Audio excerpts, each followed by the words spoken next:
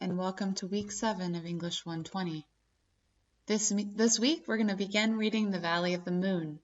You'll begin with Book 1, chapters 1 through 4, and you'll be answering some study questions about the text. You're also going to read the first chapter in the Bedford Researcher.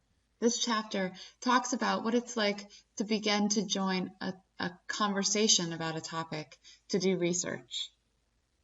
You'll also be completing your next Launchpad research module on paraphrasing and summarizing. Your research journal will be your first explorations of choosing a research topic, and your conversation will be on Book 1, chapters 1 through 4 of The Valley of the Moon. I'm also going to be introducing your research project. So, let's talk a little bit about The Valley of the Moon, Book 1. The Valley of the Moon, remember, is a book that was written over 100 years ago. So you really want to make sure you've done the work of understanding what the world was like 100 years ago. You're going to meet 2 main characters in these first 4 chapters, and 2 supporting characters and several other characters. The 2 main characters you're going to be introduced to are Saxon Brown, who's an amazing woman who works in a sweatshop in Oakland.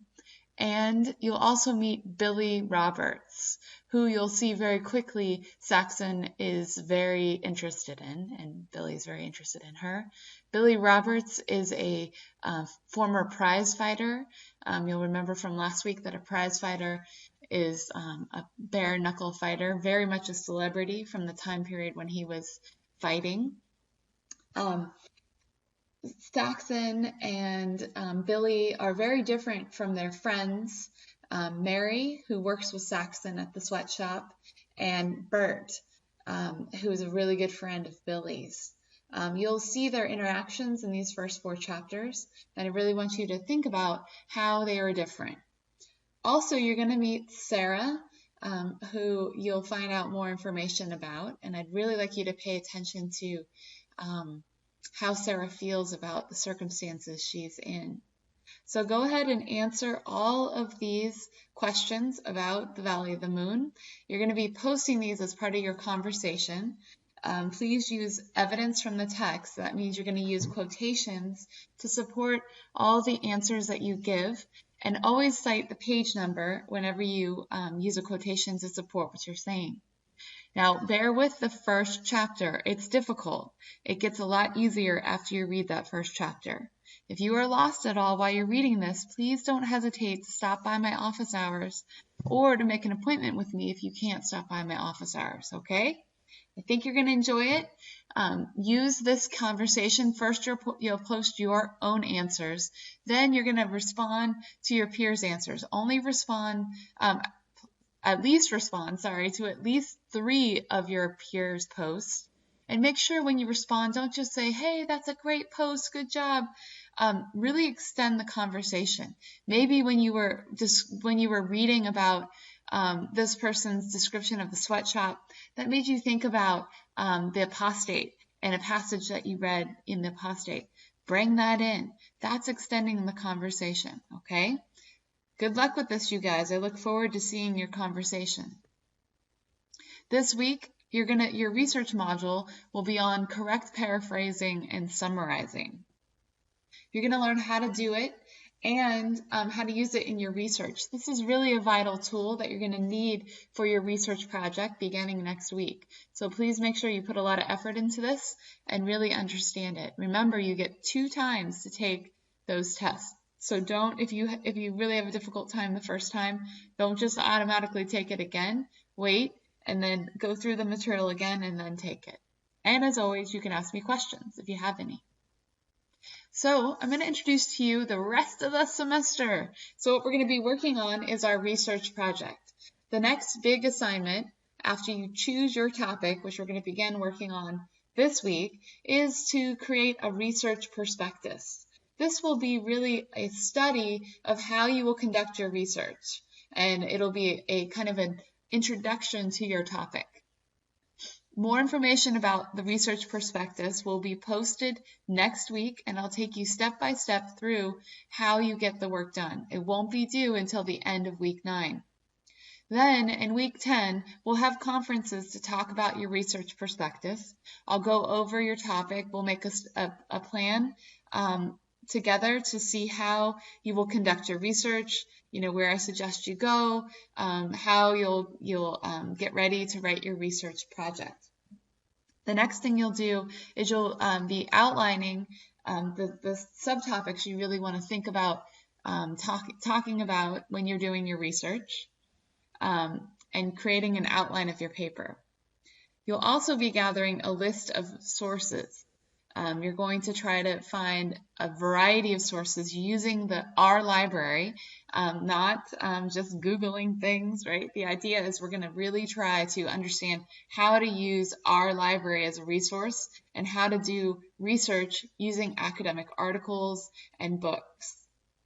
The next step will be making an annotated bibliography. An annotated bibliography is a list of sources that you've written annotations about, meaning you've written about who wrote them, how they fit into the work that you're doing in your study, and it's a really complete document, which I will show you how to write. After that, we'll be moving on to actually writing our research paper.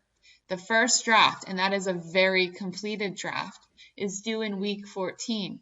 After that, we will have peer review and self-review. I will also set up a day where you can come and work with me one-on-one on your paper in a conference. It will be open conferences. And your final draft will be due week 17. I know it's a lot, but we've got the rest of the semester to do it. Here are some possible topics. You can write about Jack London's biography, disputes over his death, his father, etc. You can write about Jack London's writing for the working class versus the upper class.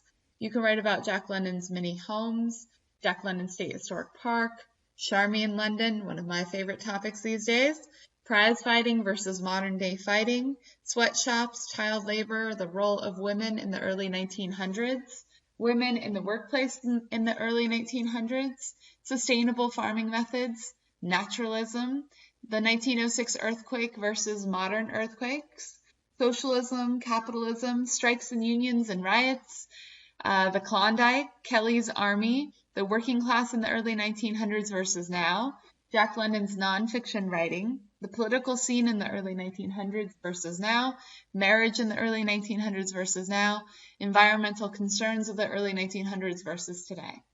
Now, this is not a complete list.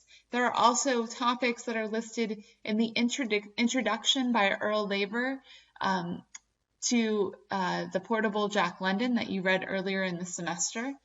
There's a lot of possible topics in there. Also, if you find something that you've come across in The Valley of the Moon or any of the other fiction or nonfiction we've read by Jack London, please reach out to me if you have a topic in mind that is not on this list or not found in the portable Jack London Reader Introduction. So this week, for your research journal, I'd like you to free write about at least 3 different possible topics found on the list on the previous slide or in the places I talked about when I was talking about the previous slide. Please make these free writes serious and use the time to really help yourself find a conversation you'd like to join.